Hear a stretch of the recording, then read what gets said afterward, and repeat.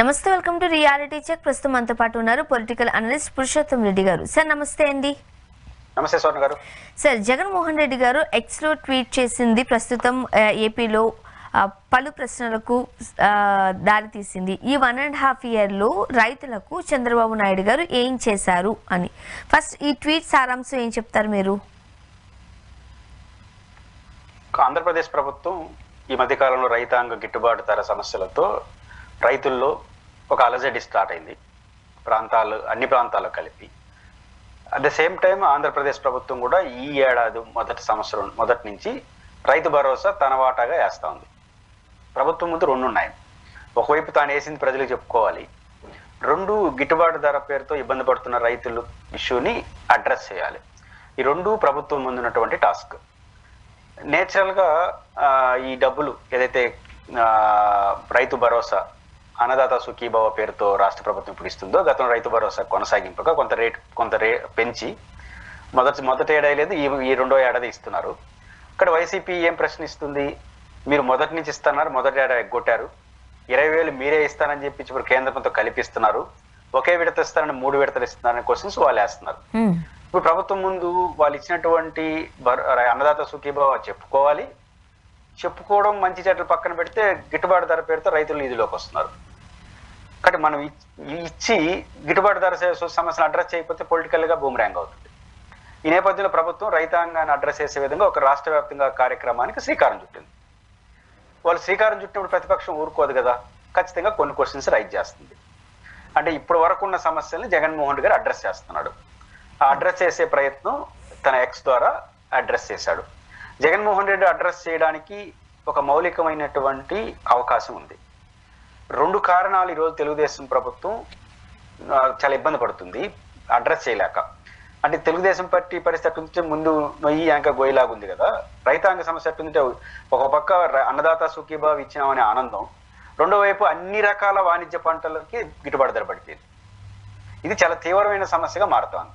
మీకు కోస్టల్ డిస్టిక్లో పత్తి, మిరప చాలా కీలకమైన పంటలు. మీకు కృష్ణా, గుంటూరు, ప్రకాశం వరకు అది చాలా కీలకంగా ఉంటుంది కదా. ఈ 2 కీలకమైనటువంటి వాణిజ్య పంటలుకి గిట్టుబాటు ధర లేదు. మా చిత్తూరు జిల్లాలో, రాయలసీమ తీసుకుంటే చిత్తూరు జిల్లాలో మామిడి రైతులు ఎంత ఇబ్బంది పడ్డారో మీకు తెలుసు. తర్వాత కర్నూలు, కడప ఉల్లి ధరలు మొన్నటి వరకు, ఇప్పుడు లేటెస్ట్గా అరటి ధరలు. అంటే వాణిజ్య పంటలన్నీ గిట్టుబాటు ధరలు లేవట్లేదు. కొన్నిసార్లు ఏడు వరకు పోతుంది అది. మామిడి రైతులు కావచ్చు, అరటి రైతులు లాంటికి మనం పండించాము, కొంత పెట్టుబడి పెట్టాము, 1 ఎకరాకు 10,000, 5,000, 20,000 పెట్టాము. చీనీ పంటలు కావచ్చు అన్నిటికీ.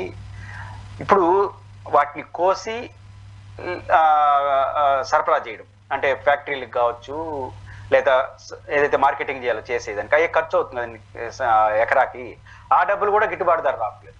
ఇప్పుడు టమోటా ఉంది, కిలో ఇప్పుడు ఈరోజు ఏకంగా 60 రూపాయలు పోయింది, ఎక్కడో వెళ్ళిపోయింది. మొన్నటి వరకు రైతులు పండించినప్పుడు వాళ్ళు తోసేశారు రోడ్ల మీద. కారణం ఏంటంటే 1 రూపాయి, 1/2 రూపాయి పోతా ఉంది. ఆ టమోటా అంతా కోసి బుట్టలో పెట్టి మార్కెట్కి తీసుకెళ్ళాలి కదా, ఆ ఖర్చులు కూడా రావట్లా. కాబట్టి పంటలోనే వదిలేస్తున్నారు. ఇది చాలా విషాదం కదా. ఆ రకంగా రైతులు తీవ్రమైన సమస్యల్లో ఉన్నారు. దీనికి కారణం ఏంటంటే, ఒకటి అంతర్జాతీయ మార్కెట్లో క్రైసిస్ వస్తూ ఉంది. ఎందుకంటే మన దేశంలాగా చాలా దేశాలు ఉత్పత్తి చేస్తున్నాయి, పోటీ వస్తూ ఉంది, రేట్లు సమస్య వస్తూ ఉంది. 2 ప్రభుత్వం యొక్క ముందు చూపు లేకపోవడం కూడా. ఉదాహరణకు మామిడి రైతులు ఉంది, మామిడి రైతులకు సంబంధించి గుజ్జు ఫ్యాక్టరీలు ఉంటాయి, ఆ పల్ప్ అంటారు, మామిడి పల్ప్ అంటారు. ఆ మామిడి పల్పు ఇంకా నిల్వలో లక్షల టన్నుల్లో ఉన్నాయి. ఇది పాత ఇయర్ది.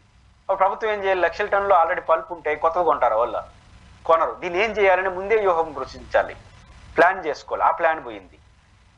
దాంతోపాటు 1 ఇయర్ పాటు రైతు భరోసా ఇవ్వలేదు.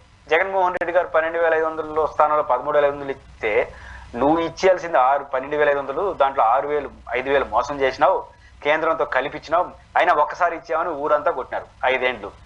ఎన్నికల్లో ఏం చెప్పినారు? జగన్ లాగా మేము చెయ్యం, కేంద్రందే, మాదే, అది కూడా 20,000, అది కూడా ఒకేసారి ఇచ్చేస్తామని చెప్పినారు. ఇప్పుడు మొదటి సంవత్సరం ఏమీ ఇవ్వలేదు. ఇప్పుడు రెండో సంవత్సరం జగన్ మార్గంలో నడుస్తున్నారు. ఏమని 3 విడతలు, అది కూడా కేంద్రంతో కలిపి మ్యాచింగ్ గ్రాంట్, వాళ్ళు 14,000 ఇస్తారు. అంటే పాయింట్ ఏంటంటే, జగన్మోహన్ రెడ్డి గారు దీన్ని క్వశ్చన్ చేస్తారు కదా. కాబట్టి 1.5 ఇయర్లో మీరు నిర్వాహకం వల్ల ఇంత నష్టపోయినారు, దీనికి సమాధానం చెప్పడం ఆయన క్వశ్చన్ చేస్తాడు. ఖచ్చితంగా చంద్రబాబు నాయుడు గారికి ఇబ్బందులు అయితే వస్తాయి. ఇప్పుడు తాడిపత్రి, కర్నూలు జిల్లాల్లో కూడా రైతులు గిట్టుబాటు ధర లేక అరటి తోటలను వాళ్ళే ధ్వంసం చేసుకున్న పరిస్థితిని కూడా మనం చూసాం. ఇప్పుడు నేను అదే చెప్తున్నాను, ఈ అరటి అయినా ఇది వాణిజ్య పంట అండి. ఏ రోజుకి ఆ రోజుకు వాణిజ్య పంట అంటే సప్లై చేసేవాళ్ళు, మాకు పెడితే మాగిపోతాయి. ఇది మిగతా తోట ఇప్పుడు మిర్చి పొగాకులాగా నిలవబెట్టేదానికి కుదరదు, ఎప్పటికప్పుడు దాన్ని తీసుకోవాలి. ఇప్పుడు దానివల్ల ఏమవుతుంది, ప్రభుత్వంకి రైతుల్లో వచ్చిన వ్యతిరేకత ఏంటంటే, తాజాగా జగన్మోహన్ రెడ్డి గారు ఉన్నప్పుడు ఏం చేశారు, 54 లక్షల మంది రైతులకు ఇన్సూరెన్స్ ప్రభుత్వం కట్టింది. ఇప్పుడు ఈ ప్రభుత్వం వచ్చిన తర్వాత 16 లక్షలు 19 లక్షలు అది కూడా లోన్ తీసుకుని వాళ్ళే కట్టుకున్నారు. ఇప్పుడు ఇన్సూరెన్స్ ఉంటే కొన్ని ప్రకృతి వైపరీత్యాలు ఇట్లాంటి డిజాస్టర్స్ వచ్చినప్పుడన్నా వర్కౌట్ అవుతుంది. ఇప్పుడు ఆ అవకాశం కూడా లేకపోయింది ఎక్కువ మొత్తం రైతులకి. ఇది జగన్మోహన్ రెడ్డి గారికి ఖచ్చితంగా క్వశ్చన్ చేస్తాడు. రైతు భరోసా కేంద్రాలు కొంచెం అడ్వైజ్గా ఉన్నాయి, అది గందరగోళంగా ఉంది. మీకు ఒక ఉదాహరణ చెప్తాను. మా చిత్తూరు జిల్లాలో 1 ఎకరా మామిడి పండాలంటే 20,000 అవుతుంట ఖర్చు. 2 దాన్ని కోసి, మా భాషలో చెప్పాలంటే దాన్ని మీరేమంటారు, కోస్తారు. ఆ పళ్ళు మామిడి కాయలు కోసి దాన్ని మార్కెట్కి తీసుకెళ్ళాలి కదా. ఈ మొత్తం ఒక్కొక్క ట్రాక్టర్ ఖర్చులు అంతా కలిసి 10,000 అవుతుందంట దేనికి, ఎకరాకి. ఇప్పుడు అమ్మితే 5-6 వేలు రావట్లేదు కాబట్టి కోసి అమ్ముడే బదులు ఆనే రాలిపోతే పీడా పోయిందని వదిలేస్తున్నారు. ఎంత విషాదు, తన పండించిన పంట తన చెట్లు కోసుకోలేని దుస్థితి. ఇది ఒకటి. ఈ పరిస్థితుల్లో ఏం చేశారు, ఒక గమ్మత్తు ఏంటంటే, జగన్మోహన్ రెడ్డి గారు బంగారుపాలెం పర్యటనకు వచ్చినప్పుడు చంద్రబాబు గారు హడావుడి చేసి ప్రభుత్వ అధికారులంతా కొట్టు చేసి 4.5 మిలియన్ టన్నులు 45,000 మంది రైతుల నుంచి తీసుకొని సప్లై చేసేసినారు. సప్లై చేసినప్పుడు ఏం మాట ఇచ్చినారంటే, 1 కిలోకి 4 రూపాయలు ప్రభుత్వం ఇస్తుంది, 8 రూపాయలు ఆ ఫ్యాక్టరీ నుంచి తీసిస్తాం, మొత్తం 12 రూపాయలు చొప్పున 500 చిల్లర కోట్ల రూపాయలు మీకు ఇస్తామని చెప్పినారు. 4 నెలలైనా ఇలా. దాంతో రైతులంతా ఈదుల్లోకి వచ్చేసరికి ప్రభుత్వ వాటాగా 160 కోట్లు వేసినారు. వాడు ఫ్యాక్టరీ వాడు 8 రూపాయలు ఇవ్వాలి కదా, 1 రూపాయి ఇలా. మళ్ళీ గొడవ అయ్యేసరికి ఇప్పుడు ఏం చేస్తారు తెలిసిన వాళ్ళు, ప్రభుత్వమే 4 రూపాయలు ఇచ్చింది కాబట్టి మేము కానీ 4 రూపాయలు ఇస్తామని 4 రూపాయలు ఇస్తున్నారు. అంటే 4 రూపాయలు నష్టపోవడం అంటే, మా చిత్తూరు జిల్లాలో 45,000 మంది మామిడి రైతులు దాదాపు 160 కోట్ల రూపాయలు నష్టపోయినారు. Only 1 district. ఈ అనుభవం రాష్ట్ర ప్రజలను చూసినప్పుడు ప్రభుత్వం పోయి హామీ ఇచ్చింది అనుకోండి, మీకు మేము ఇస్తామంటే భలే ఇచ్చారు చిత్తూరు జిల్లాలో అంటారు. ఇప్పుడు రోజా గారు ట్విట్టర్లో స్పందించారు, సొంత జిల్లా రైతులను మోసం చేశారని. అదంతా జనం చూస్తారు కదా. చిత్తూరు జిల్లా వాళ్ళకి ప్రభుత్వం 8 రూపాయలు ఇస్తానని చెప్పి దాన్ని ఈ కొన్న 4 రూపాయలు ఇస్తే రేపు ఈ మాగ్గా ఇచ్చే హామీ ఇస్తుందా లేదని అనుమానం వస్తుంది కదా. ప్రభుత్వ క్రెడిబిలిటీ చాలా ఇంపార్టెంట్ ఇక్కడ, ఏదైతే చెప్పి దాన్ని అమలు చేయాలి. కానీ ప్రభుత్వానికి అంతర్జాతీయంగా వచ్చిన పరిమితులు ఇదేం చంద్రబాబు గారి సంబంధం లేదు, అది దెబ్బ కొడతా ఉంది. రెండోది, ఇచ్చిన హామీలు ఫైనాన్షియల్ క్రైసిస్ రీత్యా చేయలేకపోతున్నారు. ఇవన్నీ ఉండడం వల్ల మీరు ఇచ్చిన అన్నదాత సుఖీభావ కూడా వర్కౌట్ కావట్లేదు. అందువల్ల ఇప్పుడు ఉదాహరణకు ఉల్లి రైతు ఉంది, ఉల్లి రైతుకి 1 క్వింటాల్కి 50,000 ఎంతో ఇస్తామని చెప్పినారు. దాంట్లో మధ్యలో కర్నూలు అని మెన్షన్ చేశారు ఆ జియోలో. అప్పుడు కడప జిల్లా ఉల్లి రైతుల పరిస్థితి ఏం కావాలి, ఇతర జిల్లాలో ఉండే ఉల్లి రైతులకి వర్తించదా, అది వాళ్ళు రైతులు కాదా, అది ఒక చర్చ. ఆ రకంగా గందరగోళం కనిపిస్తోంది. కాబట్టి ప్రభుత్వానికి ఒకటి ఇంటర్నేషనల్ మార్కెట్లో వచ్చిన ఇబ్బందులు ఉన్నాయి, రెండోది వీళ్ళు ముందు చూపు లేకపోవడం వల్ల అదనపు సమస్య వస్తోంది. ఈ రెండింటి కారణాలు ఇచ్చే ప్రభుత్వం రైతుల్లోకి వెళ్ళి అడ్రస్ చేసి వాళ్ళు ఓదార్చకపోతే ప్రతిపక్షం దాని అప్పర్ హ్యాండ్ తీసుకునే అవకాశం ఉంది అనే ప్రయత్నం ప్రభుత్వం చేస్తా ఉంది. ప్రభుత్వం ముందుకు వచ్చింది కాబట్టి క్వశ్చన్ చేయడానికి రైతుల్ని చైతన్యం చేసే కార్యక్రమం జగన్ గారు చేస్తున్నారు. కాబట్టి రైతుల గిట్టుబాటు ధర మార్కెట్ విషయంలో మాత్రం ప్రభుత్వం కొంత ఇబ్బందికర పరిస్థితులు ఆత్మరక్షణలో ఉందనేది మాత్రం వాస్తవం. ఇప్పుడు చంద్రబాబు నాయుడు గారు కూడా నేను రైతు బిడ్డనే అంటూ వ్యాఖ్యానించారు. రైతుల కోసం రైతన్న మీకోసం అంటూ ఒక ప్రోగ్రామ్ కూడా చేపట్టారు. సో రైతుల గురించి ఆలోచిస్తుంది కదా ఈ ప్రభుత్వం అనేది కొందరి వాదన. నో డౌట్, అన్నదాత సుఖీభావ ఇచ్చారు, ఇవన్నీ దాన్ని వెల్కమ్ చెప్పాల్సిందే. ఇవ్వండి, ఇప్పుడు నేను మా జిల్లా ఉదాహరణ చెప్పాను, 45,000 మంది రైతులకి మాకు 4 రూపాయలు మోసం చేసినారు ఫ్యాక్టరీ వాళ్ళు ప్రభుత్వం చెప్పి అని అన్నారు అనుకోండి. నువ్వు రైతు బిడ్డవా, రైతన్న నేస్తావా, నువ్వు ఏ పేర్లని చెప్పు, నా 4 రూపాయలు ఇవి అంటాడు ఫస్ట్ వాడు. నేనేమంటాను, నాకు 1 టన్ను తోలాను, నా 4 రూపాయలు తప్ప ఇంకేం గుర్తు కాదు నాకు. నువ్వేం పేర్లు పెడుతున్నావు ఏమనేది నాకెందుకు, నేను పండించిన మామిడికి నువ్వు చెప్పే మాట ఇవ్వలేదు, తర్వాత నేను చేసిన డిమాండ్ తర్వాత. కాబట్టి సమస్య పరిష్కారం కాకుండా ఇట్లాంటి సభలతో కుదరదు. సమస్య ముఖ్యంగా తెలుగుదేశం ప్రభుత్వం ఇది సక్సెస్ కావాలంటే కీలకమైనటువంటి వాణిజ్య పంటలకు రైతులు కోరుకున్నంత కాకపోయినా ఎంతో కొంత మధ్యవర్తంగా ఆ రోజు మైడు రైతుల్లాగా పరిష్కరించాలి. ఇవ్వాలి, ఇప్పించాలి. ఇది చేస్తూ రైతన్న నేస్తం సక్సెస్ అవుతుంది. గిట్టుబాటు ఇప్పుడు రైతన్న నేస్తం ఎవరి దగ్గర పోతారు? మీ స్టూడియోలో మా స్టూడియోలో కూర్చుంటే మనం వింటాం. జర్నలిస్ట్గా మీరు వింటారు, నేను వింటా, మంది పోయింది ఏం లేదు కాబట్టి. కానీ రైతు దగ్గరకు పోతే ఇనేదే ఉండదు. నా అరటికి రేట్ ఎప్పుడు ఇస్తారు సార్ అని అడుగుతాడు. నా అరటి ఇంట్లో పడింది సార్, నా ఉల్లిపాయ రేట్ లేదు, నా టమోటాకి రేట్ లేదు, నా మామిడి రైతుకు మీరు చెప్పిన 4 రూపాయలు ఇవ్వలేదు. యాడికి పోయినా ఇది అడుగుతాడు రైతు. ఎందుకంటే ఏదో ఒక రైతు ఉంటాడు కదా, ఏదో ఒక పంట పండించడం ఉంటాడు. అది ఇవ్వలేదు, నాకు ఇన్సూరెన్స్ గతంలో ఉన్నింది, ఇప్పుడు ఇవ్వలేదు, నా పరిస్థితి ఏంటి? ఇది కదా క్వశ్చన్స్ వస్తాయి. కానీ రైతులు సమస్యల్లో ఉన్నప్పుడు ఆ సమస్యలను అడ్రస్ చేస్తూ రైతన్న నేస్తం చేస్తే సక్సెస్ అవుతుంది. లేకపోతే మరింత గందరగోళం దారితీస్తుంది. ప్రభుత్వానికి ఆ ఇబ్బంది ఉంది. దాన్ని జగన్మోహన్ రెడ్డి గారు మరింత రైతుల్ని చైతన్యపరుస్తూ ఆయన కూడా పర్యటనకి వెళ్తాడు. ఖచ్చితంగా అది ఒక ఇబ్బందికర పరిస్థితి తెలుగుదేశం ప్రభుత్వానికి ఈ విషయంలో అయితే ఉంటుంది. సార్, సాధారణంగా మన దేశానికి వెన్నుముకే రైతు. ప్రతి సంవత్సరం ప్రతి పంటకి రైతు పంటను వేస్తూనే ఒకలాంటి టెన్షన్ని, ఆ ప్రెషర్ని మైండ్లో తీసుకోవాల్సిన పరిస్థితి వస్తూ ఉంటుంది. పండించిన పంట ప్రకృతి వైపరీత్యాలు ఎట్లా ఏ వైపు నుంచి దూసుకొస్తాయో తెలియదు. వచ్చిన పంటకి, పండిన పంటకి గిట్టుబాటు ధర వస్తుందో రాదో తెలియదు. ఎందుకంటే ఎవ్రీ టైం దాని ధర అనేది మారిపోతూ ఉంటుంది కాబట్టి. అలాంటి రైతన్నకి ఫస్ట్ ప్రయారిటీ ఇవ్వాల్సిన గవర్నమెంట్లు రైతుల నోట ఎప్పుడు విన్నా కష్టాల గురించే మాట్లాడుతూ ఉంటారు. అది ఏ ప్రభుత్వం అన్నా సరే. ఈరోజు కూటమి ప్రభుత్వం అధికారులు ఉన్నప్పుడు కూడా మరొకసారి రైతుల కష్టాలు, కేవలం కనీసం గిట్టుబాటు ధర లేని పరిస్థితి. ఏం చెప్తారు? ఖచ్చితంగా రైతాంగ సమస్య చాలా తీవ్రంగా ఉంది. రీజన్ మీరు ఏమన్నట్టు గిట్టుబాటు ధర ప్రాబ్లంగా ఉంది.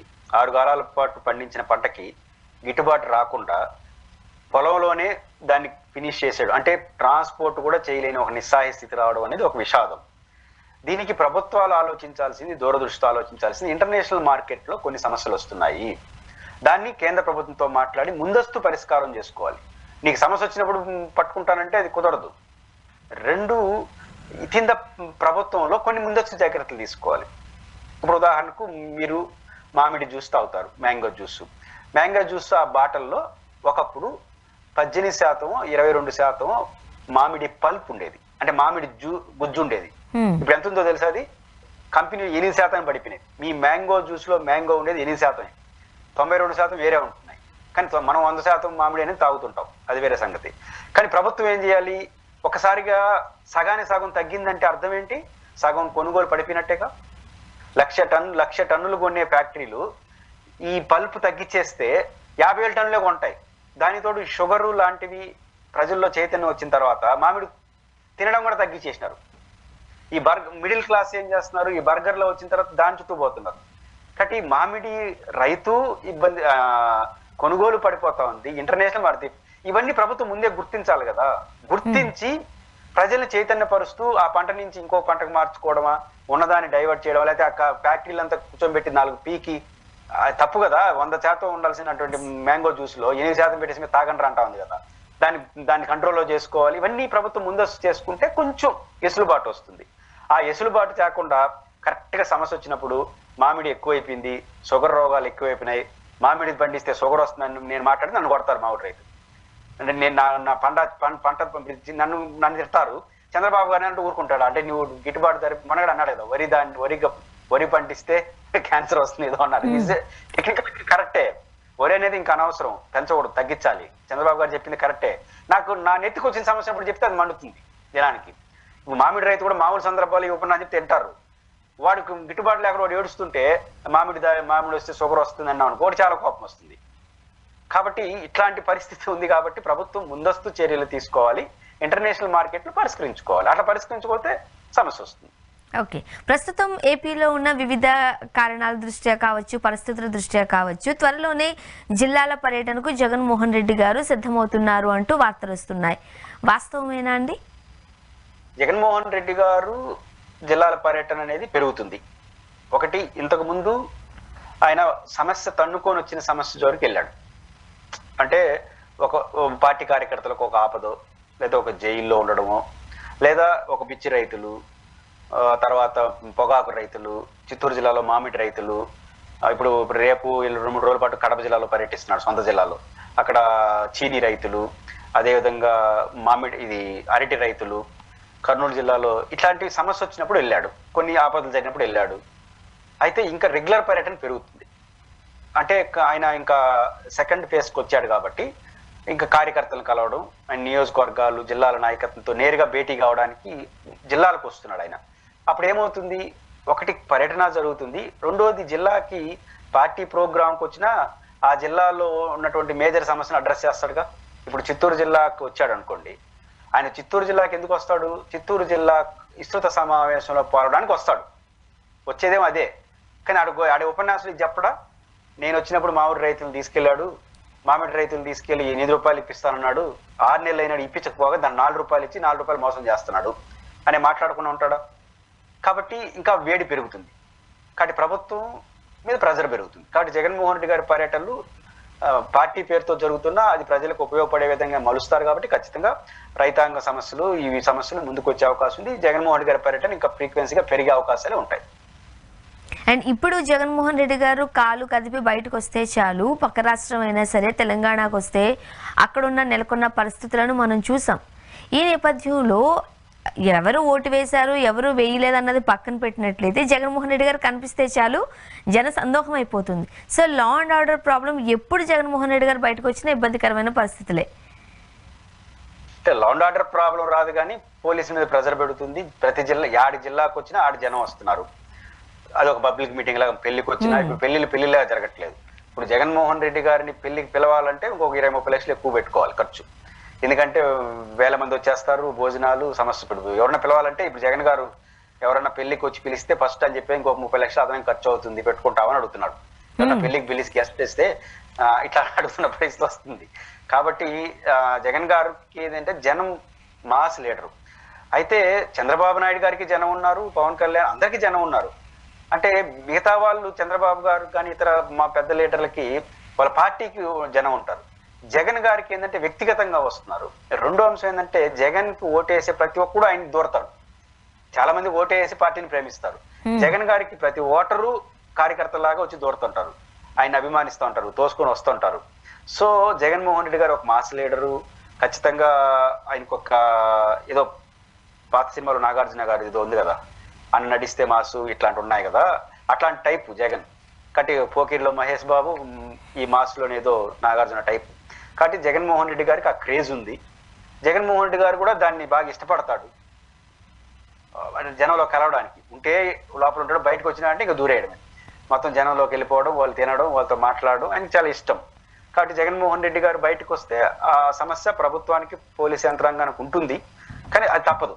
అది వీళ్ళు కూడా కోరుతున్నారు కదా, నువ్వు ఇంట్లోనే ఉంటున్నావు వాళ్ళకి పరీక్ష.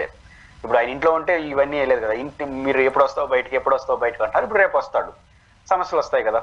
కాబట్టి ప్రభుత్వం నాకు తెలిసి పర్యటనలకు వస్తే జనాన్ని జనాన్ని కంట్రోల్ చేయడం ప్రభుత్వానికి పెద్ద సమస్య కాదు, అది పెద్ద ఇబ్బంది కాదు. ఇబ్బంది అలా వచ్చినప్పుడల్లా జనం గురించి మాట్లాడతారు కదా, పెళ్లిళ్ళకి వస్తే మాట్లాడట్లేదు కానీ అదర్ దాని ఏ కార్యక్రమం వచ్చినా జనం సమస్యలు రైజ్ చేస్తాడు కదా, అది ఖచ్చితంగా ప్రభుత్వానికి ప్రెజర్ బిల్డప్ చేయడానికి ఉపయోగపడుతుంది. ఇప్పుడు మొన్న రాప్తాడులో పెళ్లికి అటెండ్ అయ్యారు, అక్కడ చూసిన జనం అసలు నిజంగానే మీరు అన్నట్టు 30 లక్షలు ఎక్స్ట్రా పెట్టుకోవాల్సింది. బట్ జిల్లాల పర్యటన అంటే ఈ పెళ్లికి వెళ్ళడం కాదు, జనాల్లోకి వస్తున్నారంటే జనాల కోసం మాట్లాడాలి. ఒక 1.5 year అయింది కూటమి ప్రభుత్వం అధికారంలోకి వచ్చి, టూ ఎర్లీ ఏమో అనేది కొంతమంది ఆలోచన. అంటే వెర్లీ కాదు, అంటే పార్టీ నిలబడాలి కదా.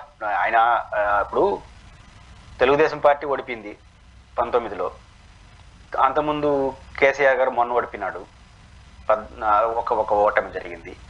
కానీ వాళ్ళు కోలుకోవడానికి 2 ఏళ్ళు అట్టబట్టింది. వాళ్ళతో పోల్చుకుంటే ఘోర పరాజయం జగన్ గారిని. ఈయన 2 నెలలను కోలుకునేసినాడు.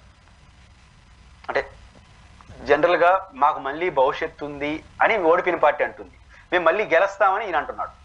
భవిష్యత్తు ఉండడానికి, గెలుస్తా ఉండడానికి అది ఎంత కాన్ఫిడెన్స్ ఇచ్చేసింది ఇప్పుడు ఆయనకి, ఎంత కాన్ఫిడెన్స్ ఇచ్చింది పార్టీ శ్రేణులు. కాబట్టి ఫస్ట్ పార్టీ లీడర్ చూడాల్సింది ఏంటంటే, first party rank and file మాకు మళ్ళీ భవిష్యత్తు ఉందని కాదు, మేము గెలిచిపోతున్నాం అనే మెసేజ్ ఇవ్వడం అనేది. పార్టీ గెలుస్తారా, వాడతారా, నిలుస్తారా, దట్ ఈస్ డిఫరెంట్ ఇష్యూ, 29 ప్రజలు నిర్ణయిస్తారు. కానీ ఇట్లాంటి ఒక మెసేజ్ రావడం అనేది పార్టీకి మంచిది కదా. ఒకప్పుడు కొంత అసంతృప్తిగా ఉండేవాళ్ళు కూడా ఇంకా మన అసంతృప్తులు అలగతే కుదరదు, ఏరే వాళ్ళు దూరేస్తున్నారు కాబట్టి మళ్ళీ గెలిచిపోయేటగా ఉన్నాము అని బాధపడేవాడు అందులో వచ్చేస్తున్నారు మళ్ళీ పార్టీలో యాక్టివ్గా. ఇప్పుడు పార్టీలో నాకు ప్రతి ఒక్కరు పదవి కావాలని డిమాండ్ చేస్తున్నాడు. అంటే ప్రభుత్వం ఉన్నప్పుడు అధికార పదవి కావాలని ఎంతమంది డిమాండ్ చేస్తారో తెలియదు, కానీ ఇప్పుడు పార్టీ పదవి అడగడం అంటే కొట్లాడమే కదా, పార్టీ కోసం పనిచేయడం కదా. అంటే అర్థం ఏంటి, మళ్ళీ జగన్ గెలవబోతున్నాడు అనే విశ్వాసం ఎప్పుడైతే పార్టీ శ్రేణులు వచ్చిందో మొత్తం యాక్టివేట్ అయిపోతున్నారు. యాక్టివేట్ అయిపోయి మళ్ళీ ఆయన కొట్టి ఇంట్లో కూర్చోడానికి మళ్ళీ డిసప్పాయింట్ అయిపోతుంది. కాబట్టి మళ్ళీ ముందుకు వెళ్ళాలి. యాక్టివేట్ అయిన బండిని రాజకీయాల్లో ఎప్పుడు కూడా స్కూటర్లో మనం పోతుంటే 10 కిలోమీటర్లు 20 కిలోమీటర్లు 30 కిలోమీటర్ స్పీడ్లో పోతా ఉంటే స్పీడ్ పెరుగుతుంది, అది బండి. కానీ రాజకీయాల్లో నువ్వు ఇక్కడే ఉండాలనుకున్నా పోతా ఉండాలి. నేను ఏనే ఇప్పుడు బండి అనుకో నిలబెడితే ఆడనే ఉంటుంది, కానీ రాజకీయాల్లో ఆగినామంటే వెనక్కు పడేస్తుంది. కానీ రాజకీయాల్లో కనీసం ఉన్న చోటన ఉండాలంటే ముందుకు నడుస్తూనే ఉండాలి, ముందుకు నడవాలంటే పరిగెత్తాలి. అది రాజకీయాల్లో ఉన్న ఈక్వేషన్స్ తేడా. కాబట్టి జగన్మోహన్ రెడ్డి గారు తాను పరిగెత్తాడు, పార్టీ శ్రేణులు పరిగెత్తిస్తాడు. పరిగెత్తే ఓపిక లేని వాళ్ళని ఇన్ఛార్జీలు మార్చి వెళ్ళిపోమంటున్నాడు. ఇంకా దారుణం ఏంటంటే, ఎవరన్నా మరీ అన్ని కార్యక్రమాలు అంటే మీకు ఓపిక లేకపోతే వేరే వాళ్ళని పెడతానంటున్నాడు. ఈ స్టైల్లో జగన్ నడుస్తున్నాడు. కాబట్టి ఈ జగన్మోహన్ రెడ్డి గారు వ్యూహాత్మకంగా ఎంచుకున్న మెథడ్ కరెక్ట్. అంటే మళ్ళీ గెలుస్తున్నామనే విశ్వాసం కలిగించడం అనేది పార్టీని బాగా రన్ చేయడానికి ఉపయోగపడుతుంది. ఆ మార్గాన్ని ఆయన ఎంచుకున్నాడు, అదేం పెద్ద తప్పు కాదు.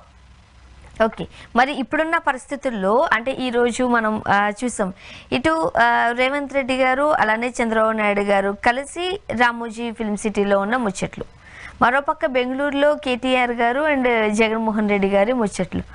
ఎలా చూడాలి రెండు రాష్ట్రాలకి సంబంధించిన నేతలు? అంటే ఖచ్చితంగా మనకు త్వరలో గ్రేటర్ హైదరాబాద్ ముఖ చిత్రం కనపడతా ఉంది. అంటే బెంగళూరులో గుర్రం రేసులు కార్యక్రమాలు బాగున్నారు. ఆ గుర్రం రేసులు ముగింపు ఎక్కడంటే Hyderabad political race. Greater Hyderabad ఎన్నికల్లో జగన్మోహన్ రెడ్డి ఇన్ఫ్లుయెన్స్ ఉంటుంది, చంద్రబాబు నాయుడు గారి ఇన్ఫ్లుయెన్స్ ఉంటుంది, పవన్ కళ్యాణ్ గారి ఇన్ఫ్లుయెన్స్ ఉంటుంది, తెలంగాణ అంతా ఉంటుంది. బట్ పర్టికులర్ గా సీమాంధ్ర ప్రజలు కూడా ఉంటారు, వాళ్ళకున్న ఇమేజ్ అట్లాంటిది. కాబట్టి ప్రతి ఇమేజ్ ను ఉపయోగించుకునే పనిలో పార్టీలు ఉంటాయి. ఆల్రెడీ రేవంత్ రెడ్డి గారు తెలుగుదేశం పార్టీ శ్రేణులు ఆయనకి గతంలో ఉన్న తెలుగుదేశం సాన్నిహిత్యంతో Telugu Desam rank and file Congress కు ఓటేస్తున్నారు రేవంత్ రెడ్డి గారి ముఖం చూసి. కాబట్టి రేవంత్ రెడ్డి గారు దాని స్ట్రెంథన్ చేయాలి కదా. పైపెచ్చు ఒక భయం ఉంది రేవంత్ రెడ్డికి, అదేంటంటే రేపు బీజేపీ వాళ్ళు గ్రేటర్ హైదరాబాద్ లో తెలుగుదేశం ఓటు కూడా పొందాలని వ్యూహం రచించి చంద్రబాబు నాయుడు ఆడికి రమ్మన్నారు అనుకోండి, విధి లేని పరిస్థితి చంద్రబాబు ఆడికే పోవాలి, రేవంత్ రెడ్డితో ఉండలేడు. ఎందుకంటే ఆయన ఎన్డీఏలో భాగస్వామి. వద్దన్న బీహార్కి పోయిన వాళ్ళు రమ్మంటే హైదరాబాద్కి రారా, వద్దన్న కూడా వాళ్ళు వద్దన్నారు నాకు తెలియదు, కానీ వాళ్ళు ఏం పిలవలేదు. బీహార్కి లోకేష్ గారు చంద్రబాబు గారు పవన్ కళ్యాణ్ రమ్మని ఏం పిలవలేదు, వస్తే వద్దనరు. అట్లాంటి దానికి బీహార్ దూరం పోయిన తెలుగుదేశం పార్టీ లీడరు బీజేపీ వాళ్ళు మీరు రావాలి మాకు మద్దతుగా ప్రచారం చేయాలని పవన్ కళ్యాణ్ చంద్రబాబుని అడిగితే వద్దనకుండా పోతారు. అప్పుడు రేవంత్ రెడ్డి గారు వెనకాల ఉన్న రేవంత్ రెడ్డి గారు వేసి తెలుగుదేశం ఓట్లు పోతాయి కదా. అందువల్ల వీళ్ళని త్వరకు పూసుకొని రాసుకుని అనుకోదే చంద్రబాబు గారు బీజేపీలు పిలిచినారు కాబట్టి పోయినాడు, మనసంతా మాత్రం ఆడనే ఉందని కొన్ని నోట్లనే పడతాయి. అందువల్ల చంద్రబాబు నాయుడు గారు బీజేపీ వాళ్ళు పిలిచి ఆడ కూర్చునే లోపల మార్గదర్శి ఇది రామోజీ ఫిలిం సిటీ లాంటి ఎపిసోడ్ ఇంకొన్ని జరుగుతాయి. అయితే రామారావు విగ్రహాన్ని ప్రారంభించడం చెప్తాడు కదా, నేను రామారావు విగ్రహాన్ని ఆడబెడతాను ఈడబెడతాను.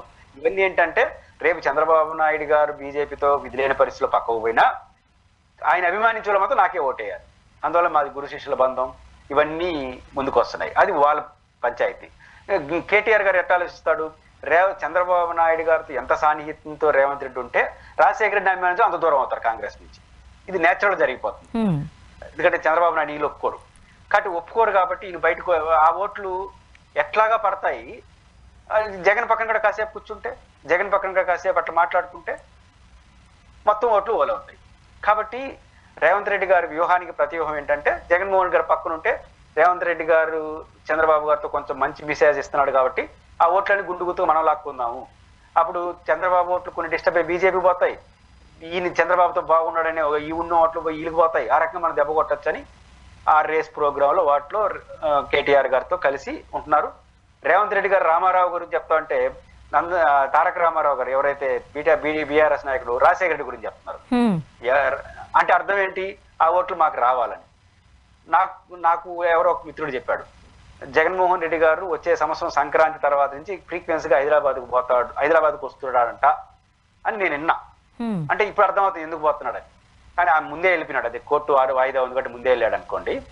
బట్ సంక్రాంతి తర్వాత జగన్మోహన్ రెడ్డి గారి ఫ్లైట్ బెంగళూరుతో పాటు తాడేపల్లి నుంచి హైదరాబాద్ కూడా మారుతుంది. ఇన్ని రోజులు తాడేపల్లి టు బెంగళూరు, రేపటి నుంచి తాడేపల్లి టు హైదరాబాద్ కూడా మారుతుంది. కంప్లీట్ గా మారుతుందో లేదు చెప్పలేం, కానీ రెగ్యులర్ గా వెళ్తారు. కానీ తెలుగుదేశం లాగా డైరెక్ట్ గా మద్దతు ఇడు. జగన్మోహన్ రెడ్డి గారు ఈ కారు రేసులు లేకపోతే ఎక్కడో ఒకసారి టీ తాగడం ఎక్కడో చోట కలవడం, హాయ్ బాయ్ అనుకోవడం. జగన్ స్టైల్ అది. ఇలాగా ప్రచారంలోకి వెళ్ళడు. జగన్మోహన్ రెడ్డి గారు చంద్రబాబు గారితో బాగున్నాడనే మెసేజ్ ఆయన ఇస్తూ ఉంటాడు. జగన్మోహన్తో బాగున్నాడన్న ద్వారా ఈ ఓట్లు అల్లాలి. కాబట్టి ఇప్పుడు జరుగుతున్న ఈ రేసు అల్టిమేట్గా గ్రేటర్ హైదరాబాద్లో ఎన్నికల వ్యూహంగా కనిపిస్తూ ఉంది. కాబట్టి ఇంక హైదరాబాద్ చుట్టూ జగన్, చంద్రబాబు, పవన్ కళ్యాణ్ గారు ఫ్రీక్వెన్సీగా ఆ రాజకీయాలు అయితే చేస్తారు. చూడాలి సార్ ఏం జరగబోతుంది. థ్యాంక్ యూ సో మచ్ అండి, మీ అభిప్రాయాలు పంచుకున్నారు. Thank you. ఇది వాళ్ళ రియాలిటీ చెక్. Stay tune.